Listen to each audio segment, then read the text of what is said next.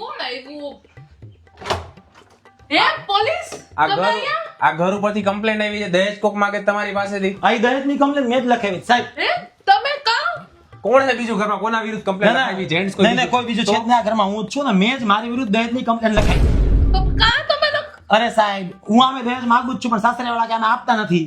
લે તો મેં કીધું હું જ કમ્પ્લેન લખાઈ દઉં જવાબદાર નાગરિક તરીકે એને આને complain સમજાવો લખાવી બેન નહીં. કંઈક હવે. હવે ત્યાં જેલનું જમવું પડશે ને ત્યારે ખબર પડશે. કાંઈ વાંધો નહીં સાહેબ, જેલમાં 2 ટાઈમ જમવાનું તો મળશે ને, મળે ને રોટલી આવે ને, રોટલી આપે. ટાઈમે મળે ને જમવાનું. ટાઈમે હા સાહેબ તમને જેલમાં લઈ જાઓ. આમે અહીંયા ભૂખે મરી જાય જમવાનું આમે અબ્બાઈ બનાવી દેતી નથી. મને લઈ જાઓ સાહેબ.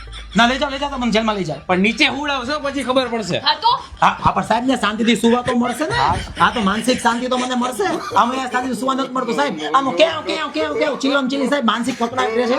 શાંતિથી ને મને સુવા દેજો બસ. લઈ જાઓ મને. પેલા જ કહી દઉં છું મળવા નહીં આવીએ કે ભાભી. અરે પણ આને મળવું છે કોને? મારે સાહેબ બાકી જિંદગી વાત નથી મળવું. હું તો તમે લઈ જાઓ સાહેબ, લઈ જાઓ મને, તમે જેલમાં લઈ જાઓ હાલો.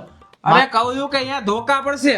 અરે સાહેબ શારીરિક માર મારશે ને, હે દંડે મારશો ને, હા. હાલ તો સાહેબ આયા સાહેબ માનસિક મારથી ત્રાસી ગયો છું આનાથી. ઈ એના કારણે ધોકા માર લેશું. મને સાહેબ તમે જેલમાં લઈ જાઓ ને, હું કાયદાનો ઉપયોગ કરું જ ને. મારી વિરુદ્ધ જે કાયદો છે ને એ કાયદાનો હું મને ઉપયોગ કરવા દો. આ વાત છે હાવ. હા સાહેબ મને તમે લઈ જાઓ. માણસ છો કે નહીં? તમે લઈ જાઓ. લઈ જાઓ. અરે સાહેબ મારે જેલ જાવું.